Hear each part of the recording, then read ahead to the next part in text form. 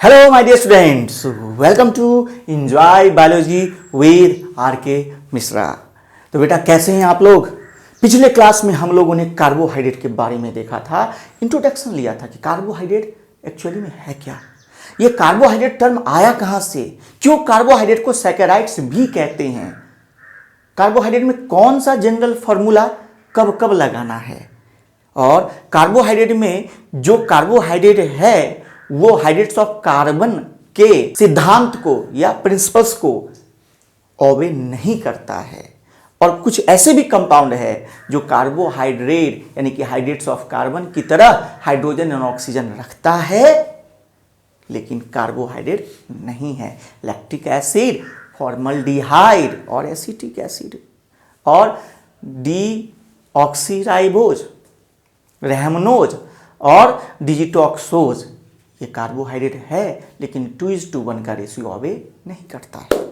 आज देखने वाले हैं हम क्लासिफिकेशन ऑफ कार्बोहाइड्रेट। याद रखिए, कार्बोहाइड्रेट बायोमोलिक्यूल्स का एक बड़ा पार्ट है, और ये बायोमोलिक्यूल्स ही नहीं, जैसा कि हम बता रहे हैं पूरी प्लांट फिजियोलॉजी, एनिमल फिजियोलॉजी की जान है ये बेटा। यानी कि ये पूरा चैप्टर ही अगर अच्छे ढंग से समझ में आया तो बहुत अच्छा कंसेप्ट भी आता है, अच्छा तरीके से भी आता है। आप लोग के कमेंट्स हम पढ़ते हैं और कहीं ना कहीं हमें मॉडिफाइड करता रहता है। याद रखना बेटा, आपका रिजल्ट आपके मेहनत से आता है, और जब एक साथ बहुत सारे कंसेप्ट आएंगे ना, बहुत सारे चैप्टर के, तो अगर प्रैक्टिस अच्छे से नहीं रहेगी, परफेक्शन अच्छे से नहीं रहेगा तो कन्फ्यूजन होगा और फिर रिजल्ट नहीं आएगा। तो रिजल्ट जिस रास्ते से होके गुजरती है उस रास्ता को हम मेहनत का रास्ता कहते हैं।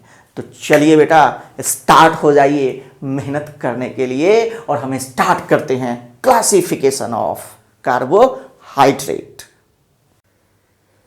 तो चलो बेटा अब हम लोग बढ़ते हैं क्लासिफिकेशन ऑफ कार्बोहाइड्रेट की तरफ। ये क्लासिफिकेशन एक पूरा फ्लो चार्ट में दिखाए हैं आपको, बस इसको दिमाग में पहले आपको रखना है, क्योंकि ये फ्लो चार्ट आपको हर जगह काम पड़ेगा।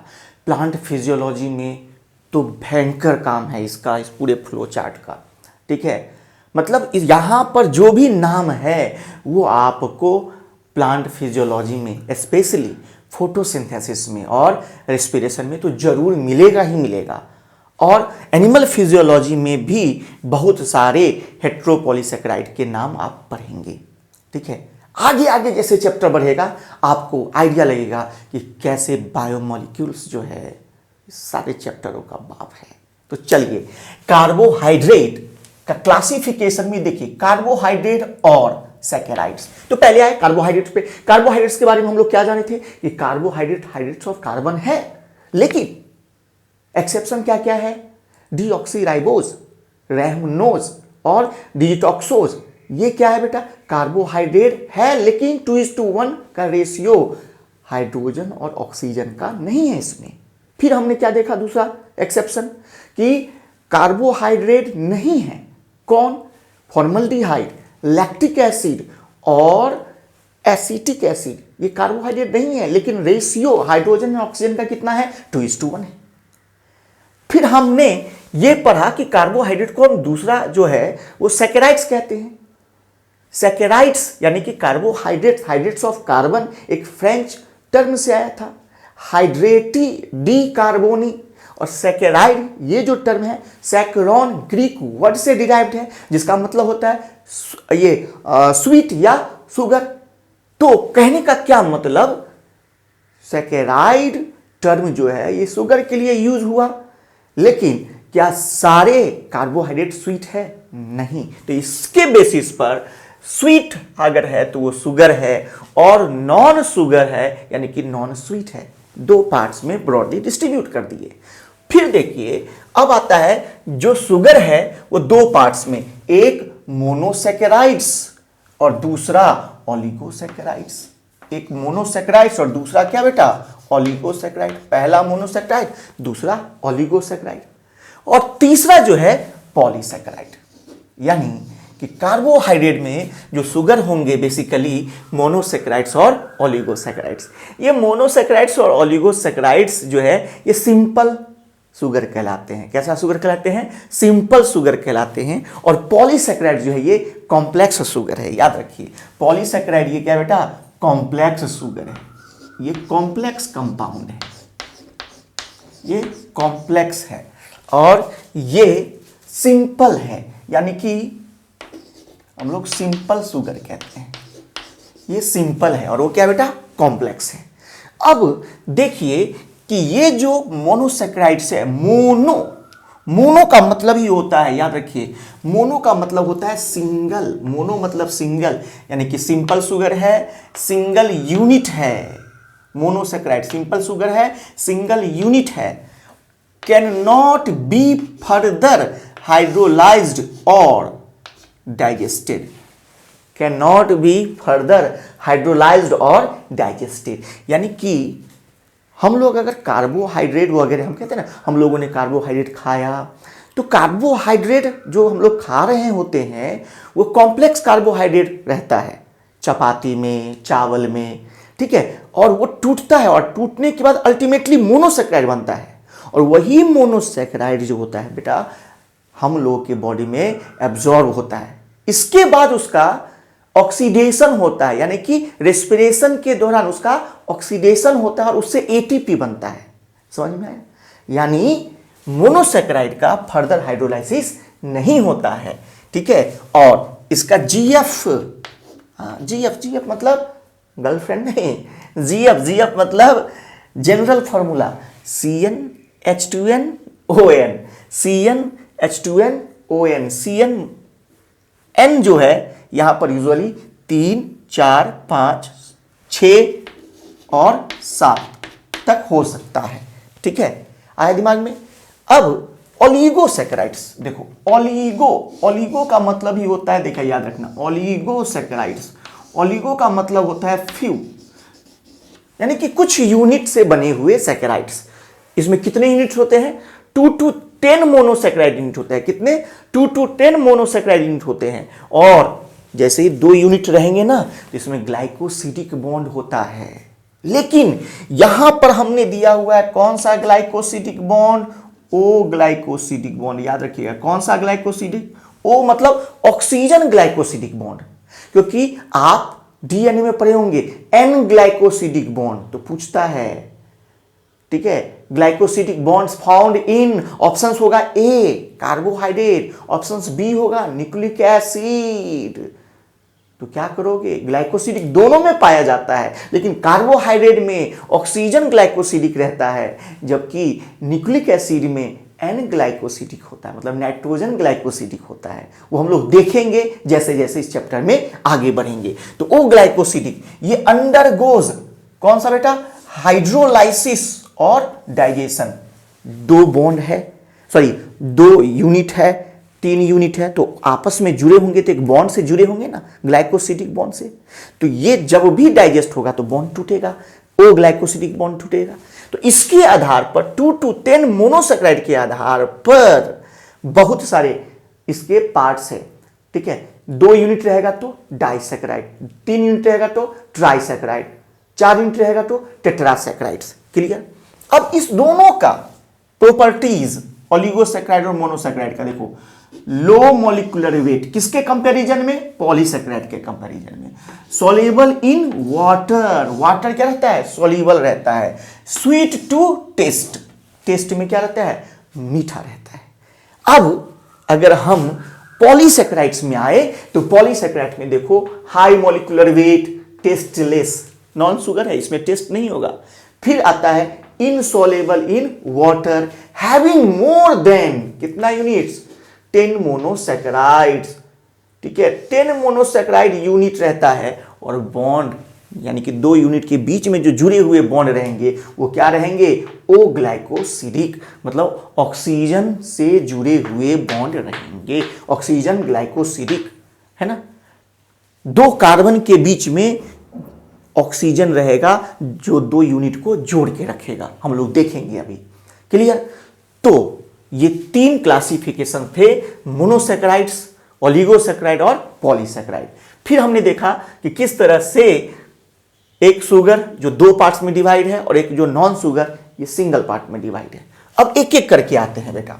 अब आते हैं मोनोसैकेराइड के बारे में, तो देख लीजिए इसका जनरल फॉर्मूला ये है। अब गौर से देखिए, अगर हम यहां 3 लिखे तो C3 3 × 2 6 और O3 C3H6O3। एग्जाम्पल याद रखिएगा, एल्डोजेज। एल्डोजेज मतलब क्या? एल्डो, तो यहां ये जो है ये क्या है? एल्डोट्रायोज है। क्या है बेटा? एल्डोट्रायोज है, याद रखना एल्डोट्रायोज है। और ये क्या है बेटा? कीटोट्रायोज है। कीटोट्रायोज है ना। ओज यानी कि एल्डो एल्डिहाइड है, ट्रायोज ओज मतलब क्या हो गया? यहां शुगर को रिप्रेजेंट करता है, यानी कि 3 कार्बन वाले ग्लिसरल्डिहाइड एल्डोट्रायोज और 3 कार्बन वाले, ठीक है, डाइहाइड्रोक्सी एसीटोन, यानी कि कीटोन है इसमें फंक्शनल ग्रुप और इसमें एल्डिहाइड है।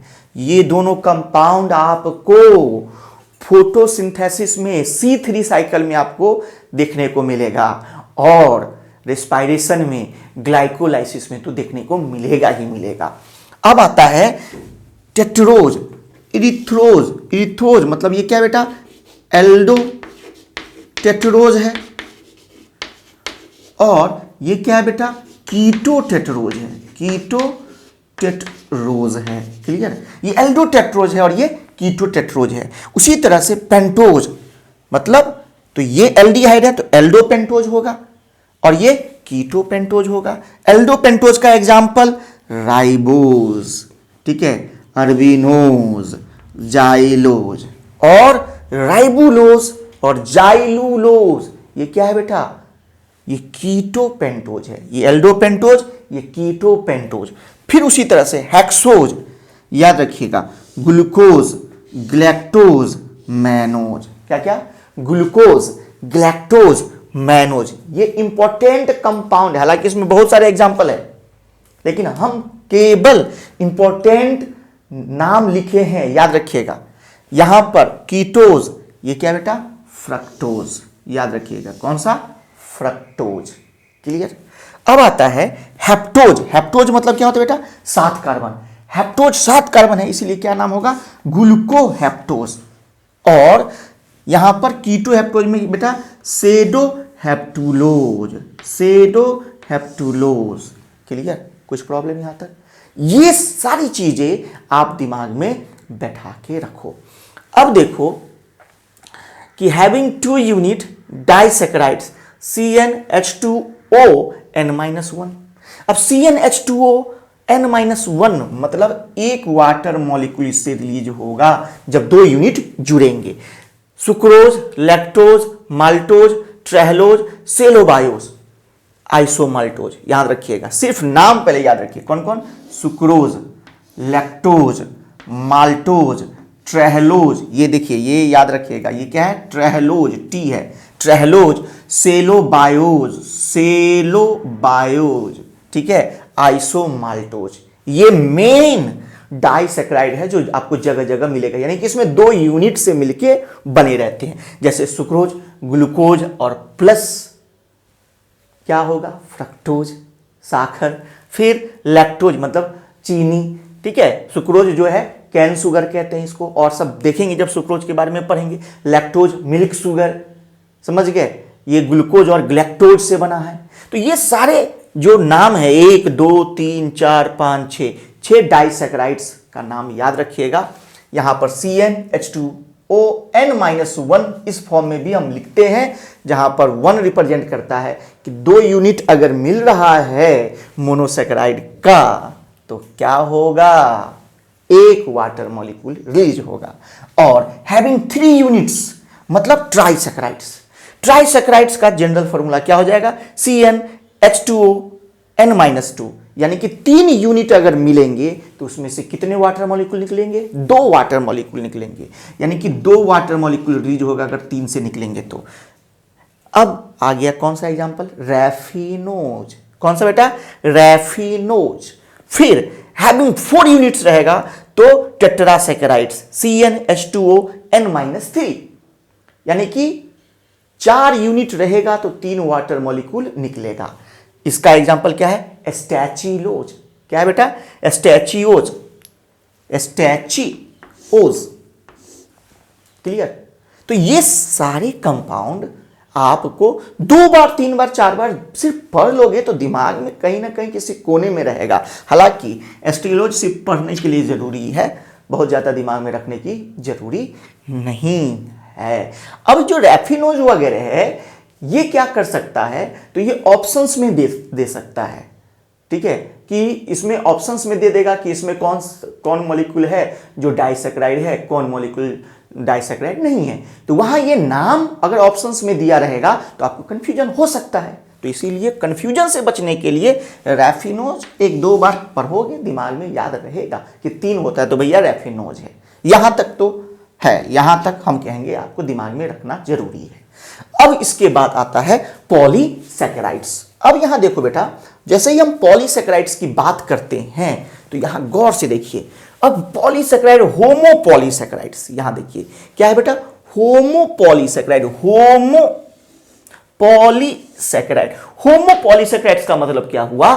होमो मतलब सिमिलर यूनिट से बना हुआ, हेटेरो डिसिमिलर यूनिट से बना हुआ।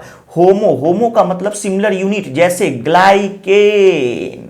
क्या लिखे? ग्लाइकेन। अब लेफ्ट हैंड यूज कर रहे हैं इसमें, यहां देखिए glycan made of glucose, glucose से बना हुआ पॉलीमर ग्लाइकेन।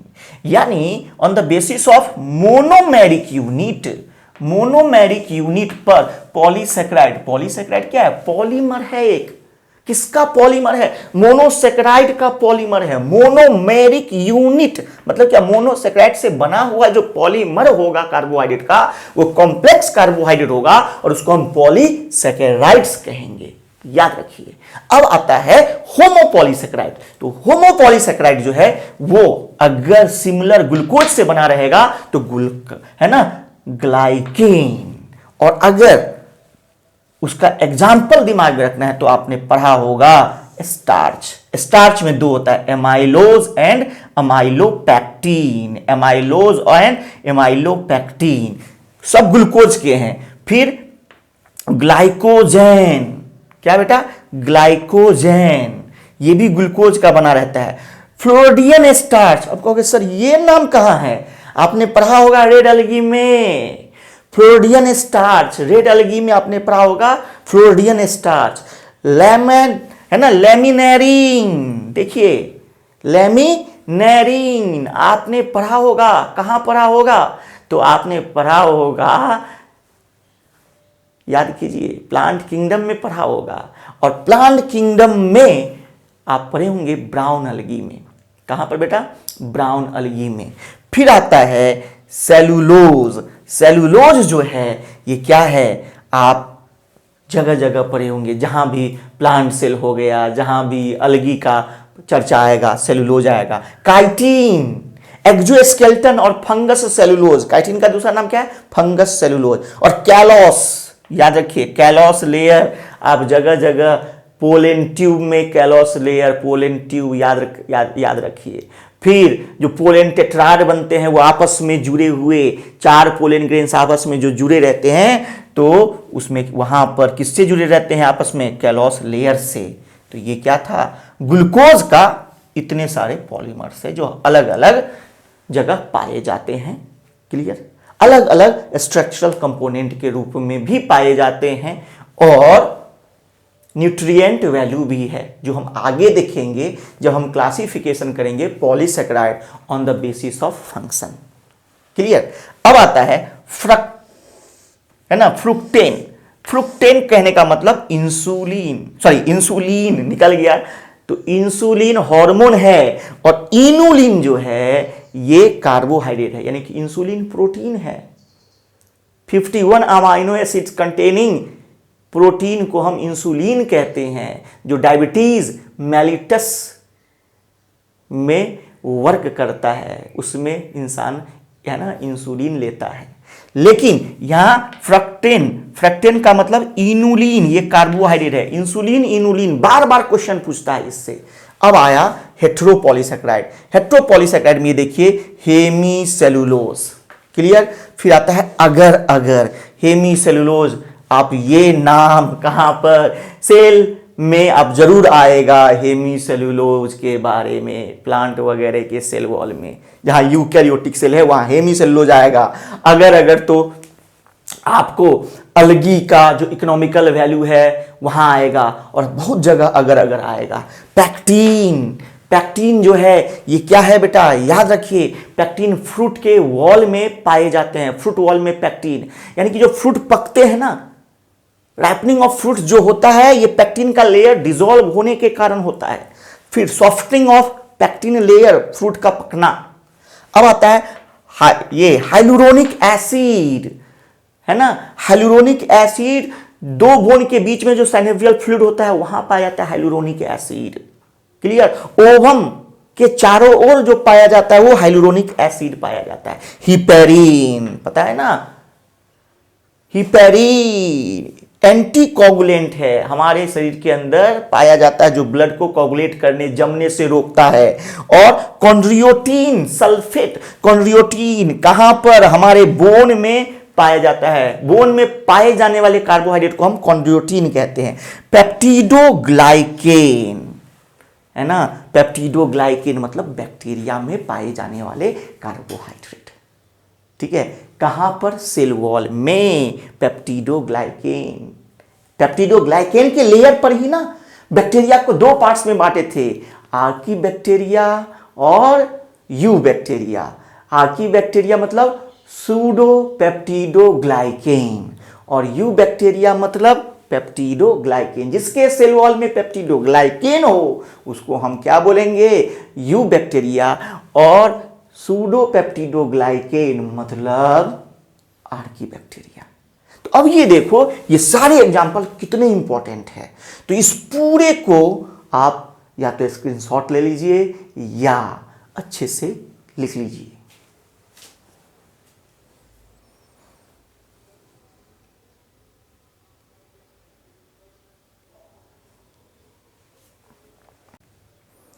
अब देखो बेटा, अब जो हम देखने जा रहे हैं, representation of carbohydrate by various formula. Various formula से हम कार्बोहाइड्रेट को कैसे रिप्रेजेंट करते हैं। ये जो आप डायग्राम है, ये डायग्राम और ये डायग्राम, पेज नंबर 145, क्लियर। और ये डायग्राम इस तरह का बक्सा जुड़ा हुआ, ये डायग्राम और ये डायग्राम पेज नंबर 145 पर आप देखेंगे, ऊपर में दिया हुआ है बायोलॉजी में। और ये जो बक्सा आपस में जुड़ते हैं, ठीक है, अभी हम बक्सा ही बोलेंगे, बाद में बताएंगे कि इसमें एचडी कनेक्शन कैसे लगेंगे। अंकल का टीवी डब्बा बिना एचडी कनेक्शन का, है ना।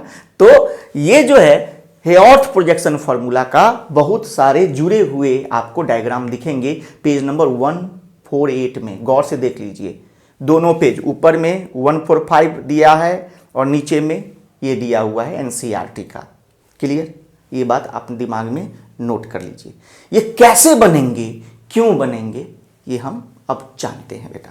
अब यहां देखो, C6H12O6 ये ग्लूकोज है, जिसको हम मॉलिक्यूलर फार्मूला में रिप्रेजेंट करते हैं।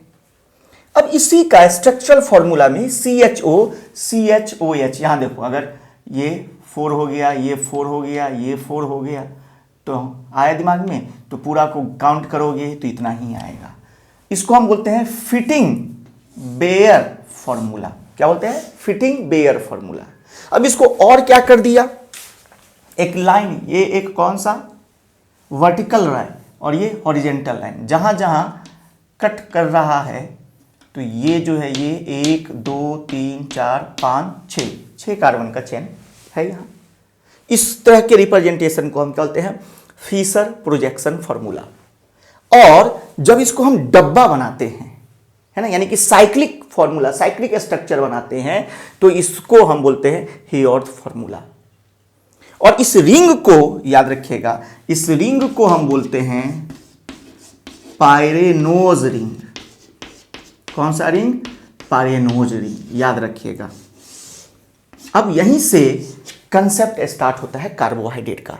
पायरेनोज रिंग, कौन सा रिंग, पायरेनोज रिंग। ये रिंग कैसे बनता है इसके बारे में हम जानेंगे।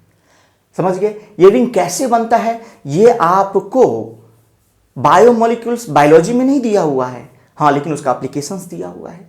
बच्चे क्या करते हैं, उसको एज इट इज याद कर लेते हैं। लेकिन ऐसा थोड़ी है कि पढ़ना नहीं है, पढ़ना है ना बेटा। आपको केमिस्ट्री के बायोमोलिक्यूल्स में तो पढ़ना ही पढ़ना है, ये सारे रिंग कैसे बनते हैं।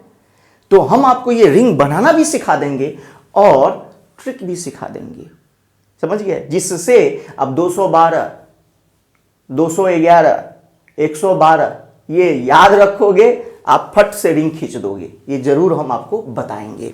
अब यहां पर आता है राइबोज। तो ये जो आप देखते हो ये राइबोज है, क्लियर। और दूसरा देखते होंगे डीऑक्सी राइबोज, डीऑक्सी राइबोज, ये खूब देखते हैं बेटा। ये जो राइबोज है और डीऑक्सी राइबोज, डीऑक्सी राइबोज बना ही लेते हैं एक बार।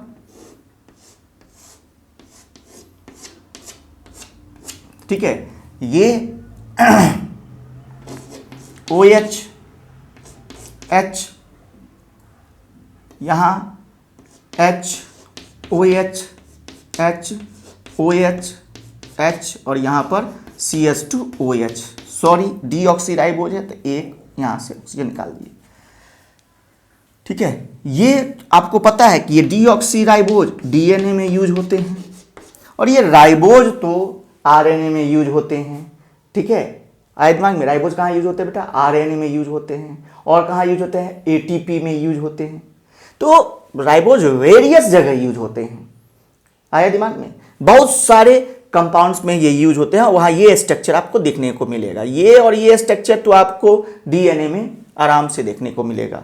ATP का अगर स्ट्रक्चर पड़ेगा तो वहां भी आपको रहेगा, लेकिन वहां पर OH जो है ऊपर में रहता है।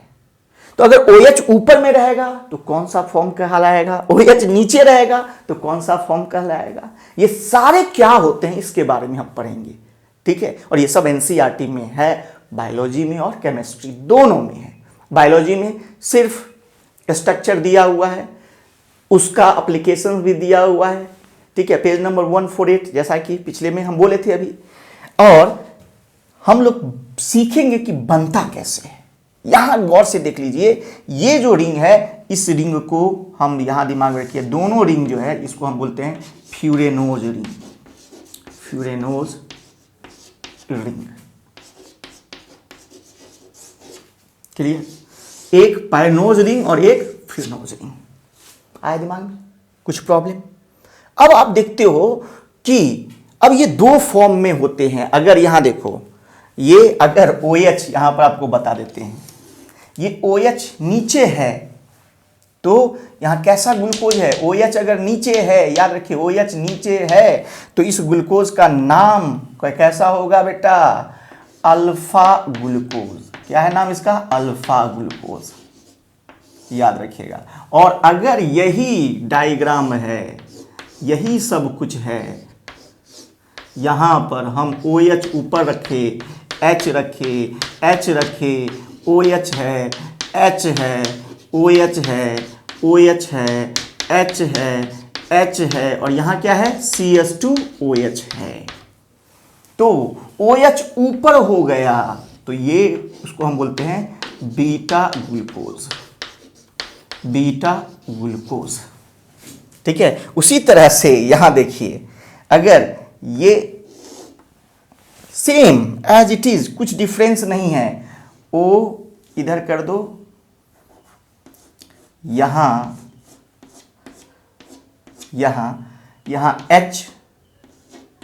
H था, यहां OH कर दिए, OH है, OH है, H है, OH है, H है, H है, और ये क्या बेटा, CS2OH है। अब आप गौर से बताओ, ये OH OH H OH H OH H और ये CS2OH, दोनों के स्ट्रक्चर में देखो, दोनों के स्ट्रक्चर में सिर्फ एक ही जगह डिफरेंस है ना, सॉरी, यहां पर OH और यहां OH है, एक में OH नीचे है, ये साइक्लिक रिंग है। साइक्लिक रिंग कहने का मतलब, अब आपको हम दिखा देते हैं सिंपल से। साइक्लिक रिंग कहने का मतलब ये मान लो है, ठीक है, तो यहां नीचे 5 अगर है तो एक ऊपर रहेगा और एक नीचे रहेगा साइक्लिक रिंग के। ये 3 डायमेंशनल रिंग को बताता है। कितने डायमेंशन को बताता है? 3 डायमेंशनल रिंग को बताता है। बहुत सारे बुक में आप देखोगे कि इसको इस तरह से और अच्छे से पूरा ऐसे बनाया हुआ रहता है 3 डायमेंशनल आने के लिए, लेकिन हम रिप्रेजेंट करना है तो हम ऐसे भी लिख सकते हैं। तो ये देखो, अब नीचे OH है, इसीलिए कौन सा फॉर्म होगा? ये होगा अल्फा राइबोज, अल्फा राइबोज। और यहां जो होगा ये, इसका नाम क्या होगा बेटा? बीटा राइबोज, है ना।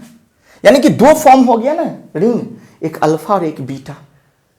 अब आपके दिमाग में होगा सर कहीं कहीं तो हम लिखते देखते हैं ग्लूकोज के लिए ऐसा लिखा रहता है अल्फा डी प्लस ग्लूकोज, और या ऐसा भी लिखे देखेंगे alpha D plus ग्लूको pyranose, alpha D ग्लूको pyranose. ये दोनों नाम आपको मिलेगा देखने को। लेकिन ये कैसे बनता है, क्यों बनता है, किस लिए बनता है, हम लोग देखेंगे। अभी हम आपको बताए कि ये आपको बायो के बुक में मिलेगा, लेकिन ये बनता कैसे है, इसका फॉर्मेशन कैसे है, ये आपको बायोकेमिस्ट्री में मिलेगा। लेकिन आप रिपीटर के बच्चे हैं और आपको बायोमोलिक्यूल्स दोनों जगह पढ़ना है और हम एबल हैं आपको पढ़ाने में, तो हम क्यों पीछे हटे। आपको कंसेप्ट क्लियर कर देंगे कि फिर जाके वहां ज़्यादा दिमाग ना लगाना पड़े। समझ में आया? हमने आपको पहले ही बताया है कि क्रैश कोर्स का मतलब सीधे उड़ाना नहीं है, ठीक है। याद रखो बेटा, आपको कितना भी कुछ पढ़ा दिया जाए, आपको मेहनत करने की आदत लगनी चाहिए। अगर आप मेहनत करने की आदत नहीं होगा तो 2 सालों तक सिर्फ आपको लगेगा हम डॉक्टर बनेंगे, डॉक्टर बनेंगे, डॉक्टर बनेंगे, और बाद में आप डॉक्टर बनने से छूट जाते हैं। समझ गए? एक चैप्टर में आपके अच्छे रिजल्ट आ सकते हैं, एक टॉपिक में अच्छे रिजल्ट आ सकते हैं। जब सारा चैप्टर एक साथ आएगा तो रिजल्ट लाने से पहले आपके दिमाग में कन्फ्यूजन आते हैं, और वो कन्फ्यूजन दूर होगा तभी रिजल्ट आएगा। चलिए बेटा, इसको आप नोट करिए, नहीं तो स्क्रीनशॉट ले सकते हैं।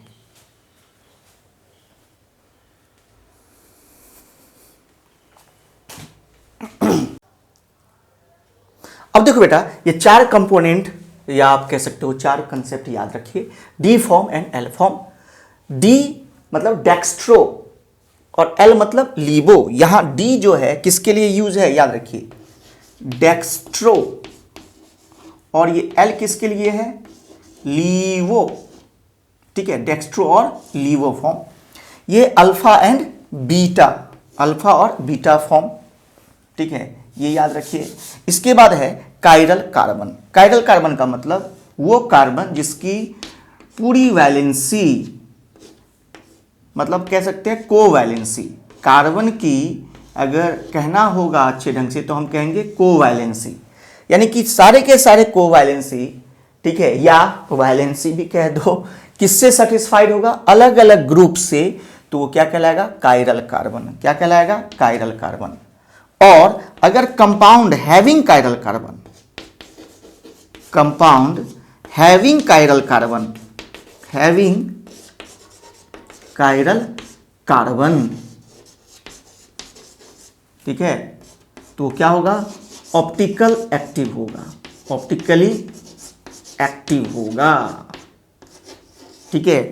अगर कोई भी कंपाउंड के पास कायरल कार्बन है तो वो ऑप्टिकली एक्टिव होता है। ऑप्टिकली एक्टिव होने का मतलब, ऑप्टिकली तो आप पढ़ते हो ना बेटा ऑप्टिक्स, क्या, optics the branch of physics which deals with light and site, है ना, तो उसको हम ऑप्टिक्स कहते हैं। यहां ऑप्टिकली एक्टिव मतलब लाइट से रिलेटेड है, यानी कि अगर सॉल्यूशन है उसमें बहुत सारे कंपाउंड है, अगर किसी प्लेन प्लोराइज्ड लाइट को अगर पास करवाया जाए, अगर मान लो ये सॉल्यूशन है, इसमें से प्लेन प्लोराइज्ड लाइट को अगर हम पास करवाते हैं, तो अगर कंपाउंड लाइट को किधर अगर राइट साइड घुमा दे, यानी कि क्लॉकवाइज घुमा दे, तो डेक्स्ट्रो हो जाएगा, और अगर एंटी क्लॉकवाइज घुमा दे, यानी कि लेफ्ट घुमा दे, तो क्या हो जाएगा, लीवो हो जाएगा। यानी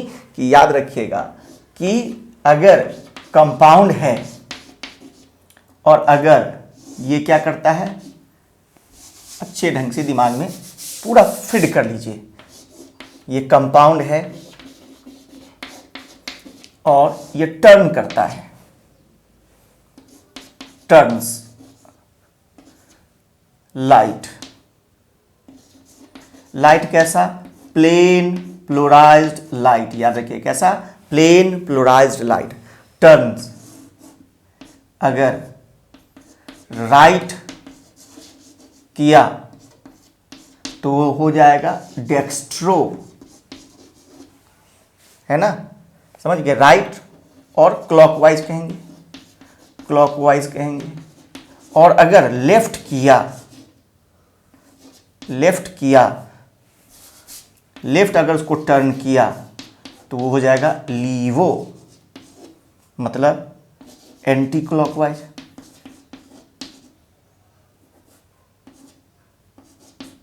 एंटी क्लॉकवाइज, क्लियर है, तो याद रखिएगा।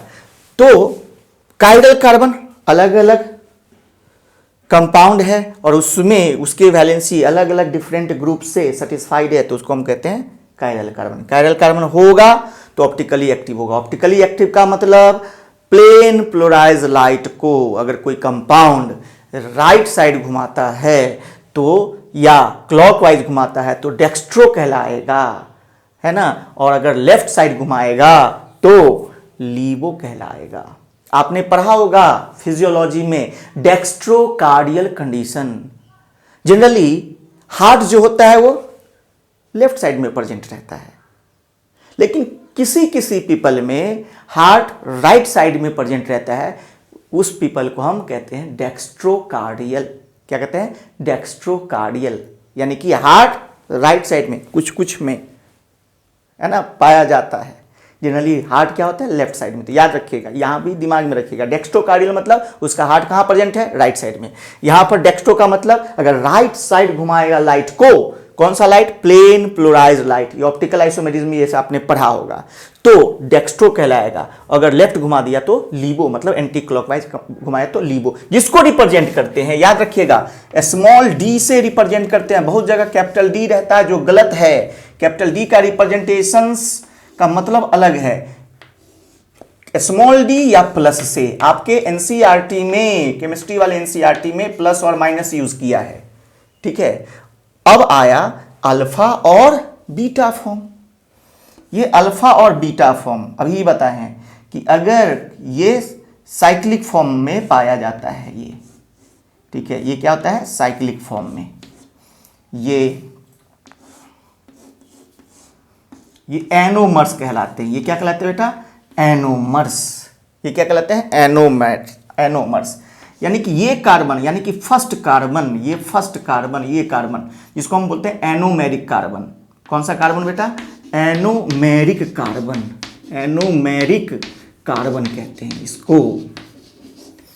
फर्स्ट कार्बन, ये कौन सा कार्बन होगा, फर्स्ट कार्बन, समझ गए। ये फर्स्ट होता है किसमें, एल्डिहाइड में, और सेकेंड पोजीशन किसके लिए होता है, कीटोन में, साइक्लिक रिंग में। अगर OH ऊपर रहा और H नीचे, और इसमें OH नीचे और H, याद रखिएगा। तो अगर OH ऊपर रहा तो इसको कहेंगे बीटा फॉर्म। बीटा फॉर्म, ये और ये पास पास है ना, याद रखिए बीटा फॉर्म। और OH नीचे रहा तो अल्फा फॉर्म।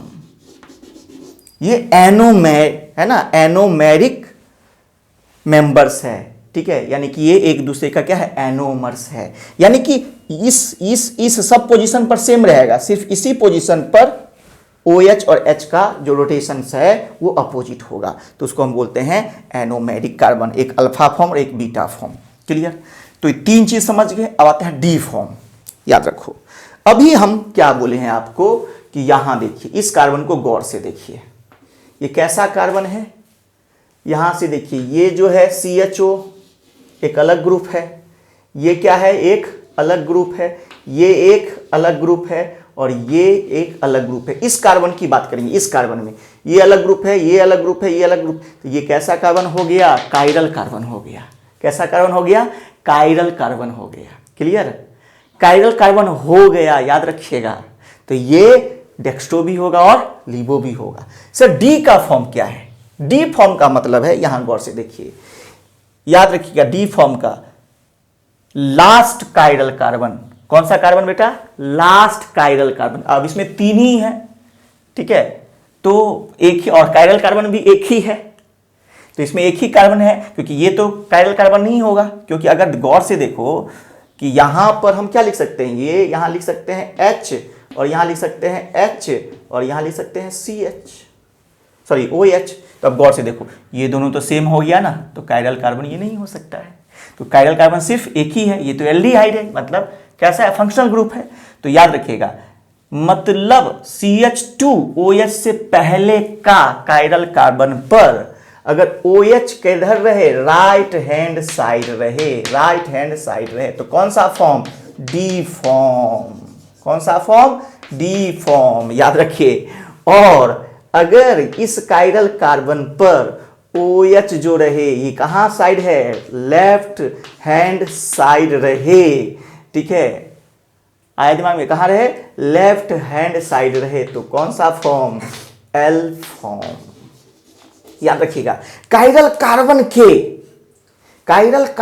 के कौन सा कायरल कार्बन, तो यहां पे एक ही कायरल कार्बन है, लेकिन याद रखिए ये रूल सबके लिए है। जो लास्ट कायरल कार्बन होगा, क्या होगा, जो लास्ट कायरल कार्बन होगा या जो पेनल्टीमेट कार्बन होगा, क्या ले, जो लास्ट कार्बन होगा या पेनल्टीमेट कार्बन होगा, उस पर OH अगर राइट हैंड पाया जाएगा तो डी फॉर्म कहलाएगा, और जो लेफ्ट हैंड पाया जाएगा तो एल फॉर्म कहलाएगा। और ये आपस में ये क्या कहलाएंगे, इन एंटियोमर्स।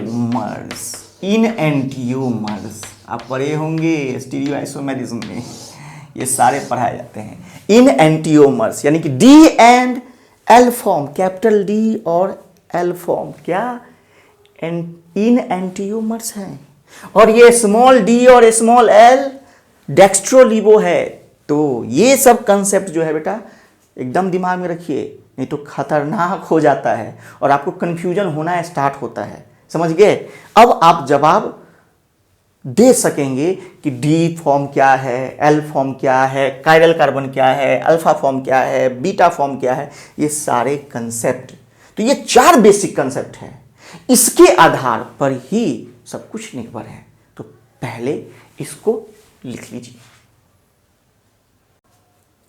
तो बेटा देखे हम लोगों ने आज क्लासिफिकेशन और देखे कि किस तरह से बेसिक कंसेप्ट ऑफ कार्बोहाइड्रेट में आ चुका है। आज हमने जो ये कंसेप्ट देखा है, अब कैसे कंपाउंड बनेंगे, कैसे फिशर प्रोजेक्शन फॉर्मूला से हम हेयॉर्थ प्रोजेक्शन फॉर्मूला, यानी कि कैसे हम साइक्लिक रिंग ग्लूकोज का, फ्रक्टोज का, राइबोज का बनाएंगे, देखेंगे अगले क्लास में। समझ गए? इस क्लास के दौरान हमने कोई क्वेश्चन नहीं दिया है। हम आपको यही कह रहे हैं कि लेक्चर को अच्छे से देखिएगा। क्यों? क्योंकि बेटा मेहनत करेगा इंडिया, खुद पे यकीन करेगा इंडिया, तभी पढ़ेगा इंडिया और आगे बढ़ेगा इंडिया।